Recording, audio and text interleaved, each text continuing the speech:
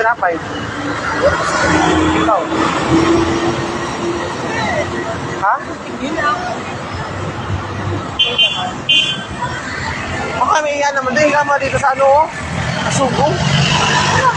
Higil ka muna. Kaya ko yan ang Top Avenue pala to eh. Top Avenue. Saan ba yung baba ng Top Avenue? Di ba dito lang? Paano ba yun? Top Avenue? Ito yun, di ba? Ano ba? Pero yung sa ano, malayo pa. Yung Top Avenue, sa kaya lang yan ang bus dyan. Yan yan, nakikita mo yung lalaki na yan. Oo. Ayan yung terminal dito. Ay, ano yung tawag ng carousel? Carousel. Now I know the carousel is... So, ano pala siya? Somewhere, ano...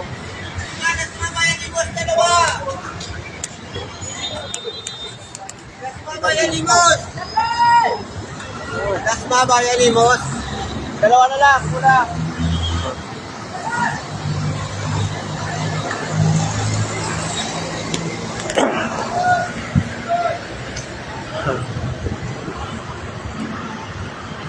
The one? Layo lang ikot nila pa kami.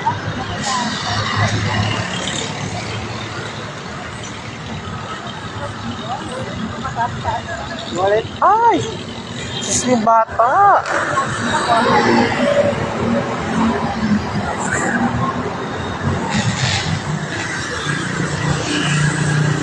Ano, ginawa yung may jeep? Ginawa yung may jeep?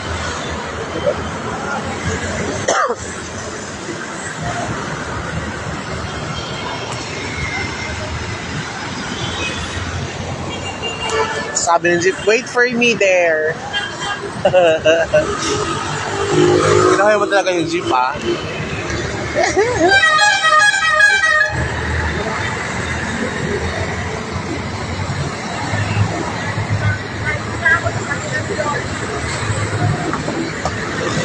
Ano?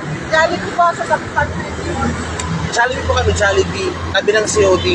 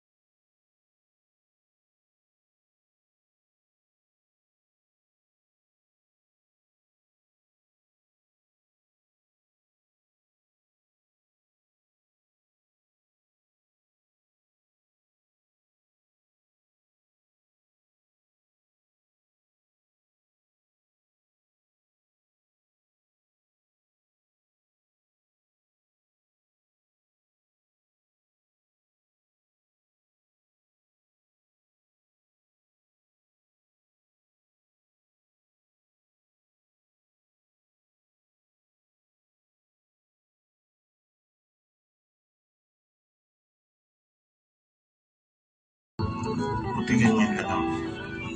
Wala nang ano. Ang dami nila.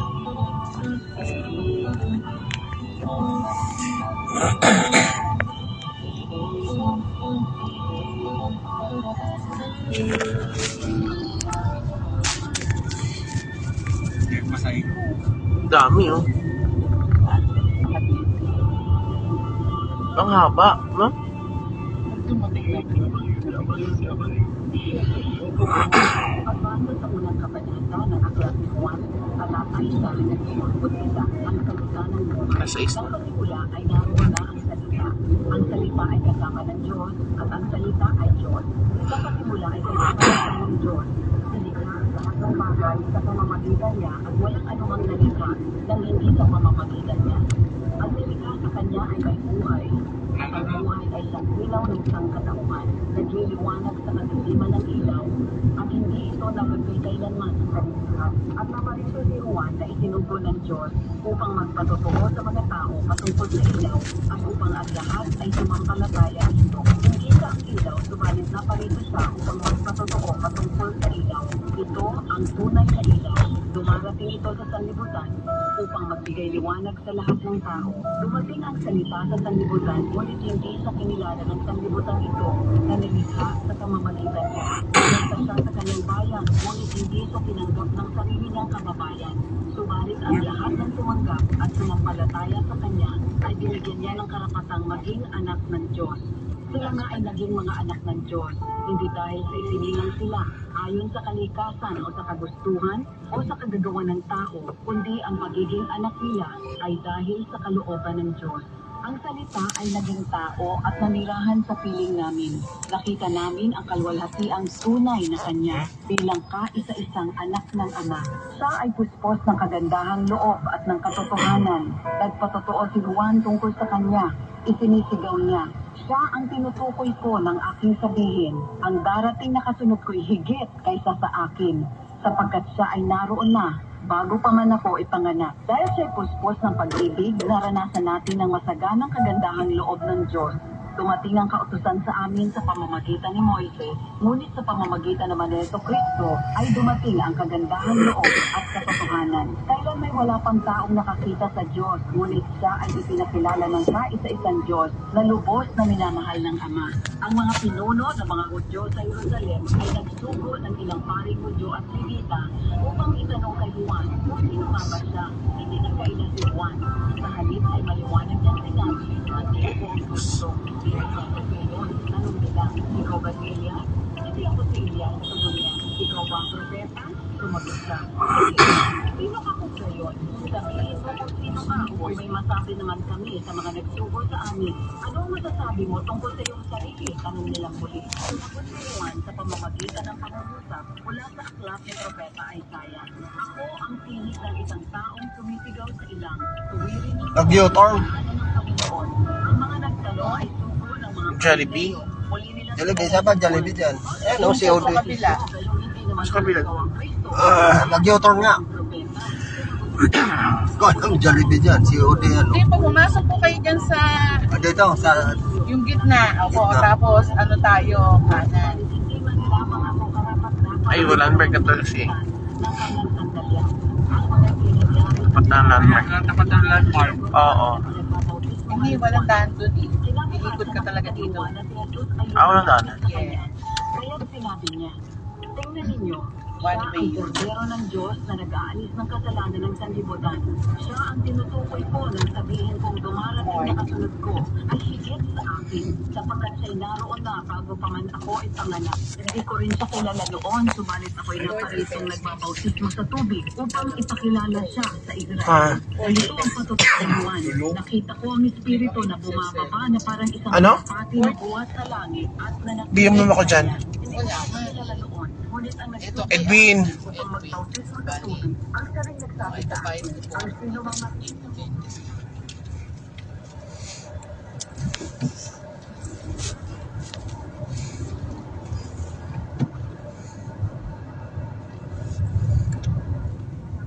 Si Juan kasama ang dalawa sa kanyang mga alagad.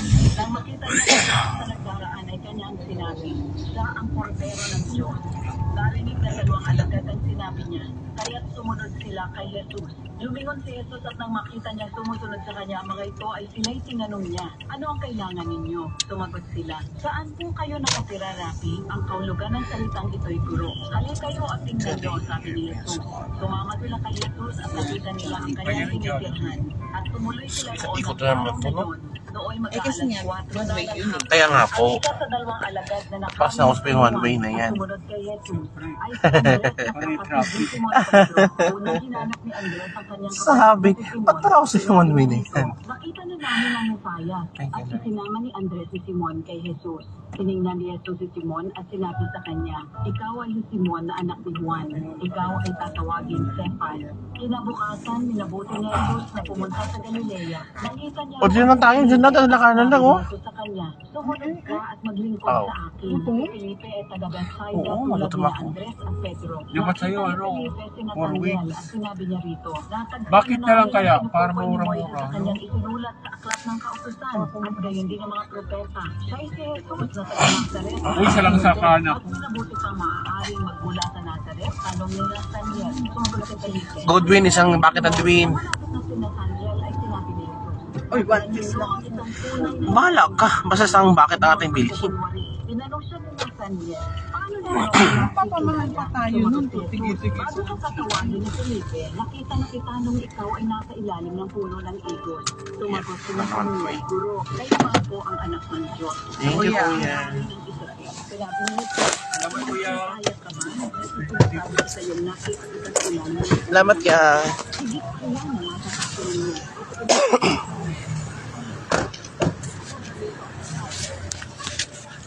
Ano daw? Nandito. Kasama mo?